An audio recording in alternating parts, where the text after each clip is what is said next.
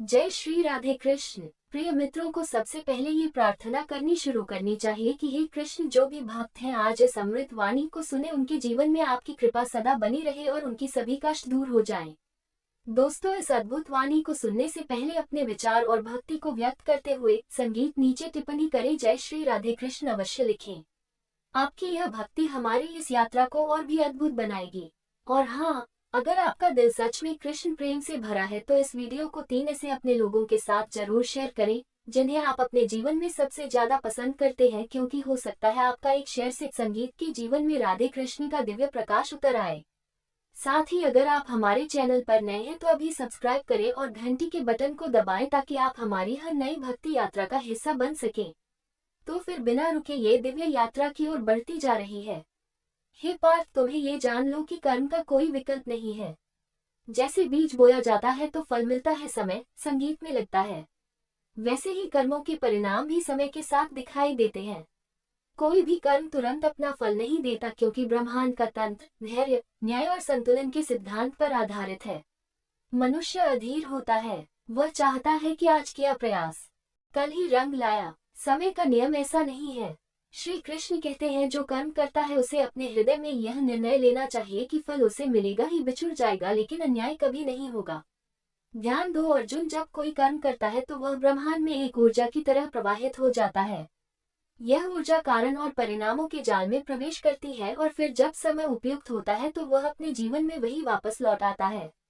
अच्छे कर्मों के फल भी मिलते हैं, बुरे कर्मों की सजा भी सुनिश्चित है, लेकिन दोनों का मार्ग और समय अलग अलग होता है। कई बार हमें जीवन प्रतीक्षा की परीक्षा में शामिल होना पड़ता है।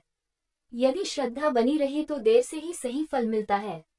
कर्म का फल कैसा होगा यह इस बात पर प्रतिबंध है कि कर्म किस बात की भावना, किस उद्देश्य और कितनी निष्ठा से किया जाता है।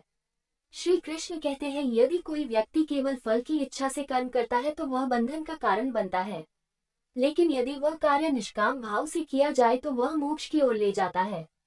ये जीवन का रहस्य है कि जो अपनी कर्तव्य निष्ठा से पूजा करता है उसे चिंता संगीत करने की आवश्यकता नहीं होती, क्योंकि उसका कर्म ही उसका सबसे बड़ा योग है। दुनिया में जो कुछ भी होता है वह तुम्हारे कर्मों की प्रतिक्रिया है। यदि आज कोई तुम्हारे साथ अन्याय करता है तो वह शायद तुम्हारे पूर्व जन्म के किसी कर्म का परिणाम हो, और यदि आज तुम किसी के लिए कुछ अच्छा करते हो तो वह कल किसी और रूप में तुम्हारे जीवन में लौट कर आएगा। ये चक्र कभी नहीं रुकता। इसलिए कृष्ण बार बार कहते हैं, हे अर्जुन, तू कर्म कर, फल की चिंता मत कर, क्योंकि वह मेरे अधीन है। कभी कभी तुम सोचते हो मैंने अच्छा किया फिर भी मेरे साथ बुरा क्यों हुआ, लेकिन तुम्हें ये समझना होगा कि कर्मों का हिसाब केवल इस जन्म से नहीं बल्कि अनेक जन्मों से जुड़ा होता है। आत्मा अमर है और वह अनेक योनियों से गुजरती है। जो फल अभी नहीं मिला वह भविष्य में मिलेगा, और जो दुख आज झेलना पड़ रहा है वह किसी पूर्व जन्म का परिणाम भी हो सकता है। यही कारण है कि श्री कृष्ण कहते हैं, तू केवल अपने वर्तमान को सुधार, बाकी सब मुझ पर छोड़ दे। हर कर्म एक बीज है और हर बीज को अंकुरित होने के लिए समय चाहिए। कुछ कर्म तुरंत फलित हो जाते हैं, जैसे कि अग्नि में हाथ डालो तो तुरंत जलन होती है, लेकिन कुछ कर्म गहरे होते हैं, जैसे भूमि में डाले गए बीज जिन्हें फल बनने में महीनों वर्षों लगते हैं। तुम सोचते हो कि ईश्वर चुप है, लेकिन वास्तव में वह हर कर्म का लेखा जोखा रखता है। जब समय आता है तब वह उस कर्म के अनुसार न्याय करता है। उस न्याय में कभी चूक नहीं होती। मनुष्य जब छल करता है, झूठ बोलता है या किसी को कष्ट देता है तो शायद उस क्षण उसे कुछ नजर न आए, लेकिन भीतर ही भीतर उसका भविष्य बदल रहा होता है, और जब उसका समय आता है तब वह समझता है कि उसने जो बोया था वही अब काट रहा है। यही गीता का सार है। कर्म कभी किसी से बचता नहीं है और न ही उसका फल टलता है। केवल समय ही उसका मार्गदर्शक होता है। कर्मों का फल कैसे मिलता है? वह कई रूपों में आता है।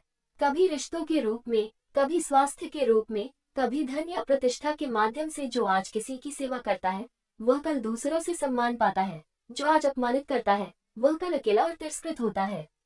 ये जीवन एक दर्पण की तरह है, जैसा तुम दोगे वैसा ही लौट कर पाओगे, और यही श्री कृष्ण की अमूल्य शिक्षा है। तुम्हारे जीवन में जो कुछ घट रहा है वह तुम्हारे ही कर्मों की प्रतिध्वनि है। कर्म जब निष्कलंक होता है तो वह आशीर्वाद बनकर जीवन में उतरता है, लेकिन जब उसमें स्वार्थ, अहंकार और पाप होता है तब वह धीरे धीरे दुख का कारण बन जाता है। यही कारण है कि श्री कृष्ण कहते हैं यदि तुम सत्य के पथ पर हो तो कठिनाइयां आएंगी जरूर, पर अंततः जीत तुम्हारी ही होगी। लेकिन यदि तुम अन्याय के सहारे आगे बढ़ते हो तो वह मार्ग ज्यादा दूर नहीं जाएगा। इस जीवन में कोई भी क्षण ऐसा नहीं होता जब हम कर्म न कर रहे हो। यहाँ तक कि विचार भी एक प्रकार का कर्म है।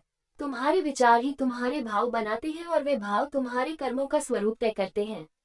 इसलिए श्री कृष्ण ने गीता में स्पष्ट कहा, मनुष्य अपने विचारों से ही महान बनता है या पित होता है। यदि विचार शुद्ध है तो कर्म भी सात्विक होंगे और फल भी पवित्र होगा। भविष्य में क्या होगा यह इस बात पर नहीं टिका कि तुम कितनी पूजा करते हो, कितने व्रत रखते हो, बल्कि इस बात पर आधारित है कि तुम्हारे कर्म कितने ईमानदार, सच्चे और निष्कलंक हैं। कर्म ही असली भक्ति है, क्योंकि भगवान उसी को पसंद करते हैं जो कार्य में ईमानदारी और समर्पण दिखाता है। जो केवल शब्दों में भक्त है लेकिन कर्मों में अन्याय करता है, वह कभी ईश्वर की कृपा नहीं पा सकता।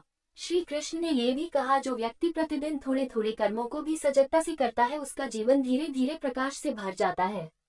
क्योंकि परमात्मा को गति में श्रद्धा चाहिए, गति में विनम्रता चाहिए। तुम चाहे कितना भी छोटा काम करो, अगर वह सच्चाई से किया गया है तो उसका फल भी अमूल्य होगा।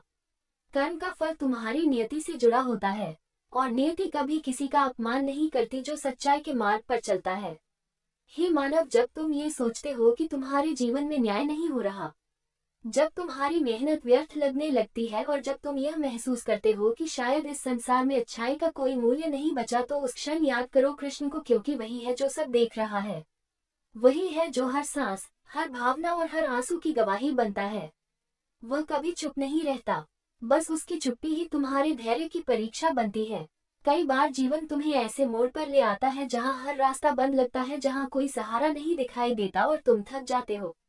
अपने अच्छे कामों का बोझ उठाते उठाते तुम रोते हो, गिड़गिड़ाते हो, हे भगवान, मैं तो सच्चा रहा, फिर भी मुझे दुख क्यों मिला। तब श्री कृष्ण भीतर से उत्तर देते हैं, हे प्रिय, तुम्हारा हर आंसू मेरे पास सुरक्षित है। तुम्हारे हर अच्छे कर्म का फल संचित हो रहा है। ये समय भी बीत जाएगा, पर तुम्हारी सच्चाई सदा अमर रहेगी। ध्यान से सुनो, ये संसार तात्कालिक परिणाम नहीं देता। तुम्हें जब लगता है कि सब हार गए, बस तुम बचे हो, वहीं से तुम्हारी विजय का आरंभ होता है। जो व्यक्ति कर्म करते समय केवल फल के पीछे नहीं भागता, वह धीरे धीरे परमात्मा की कृपा के निकट पहुंचता है।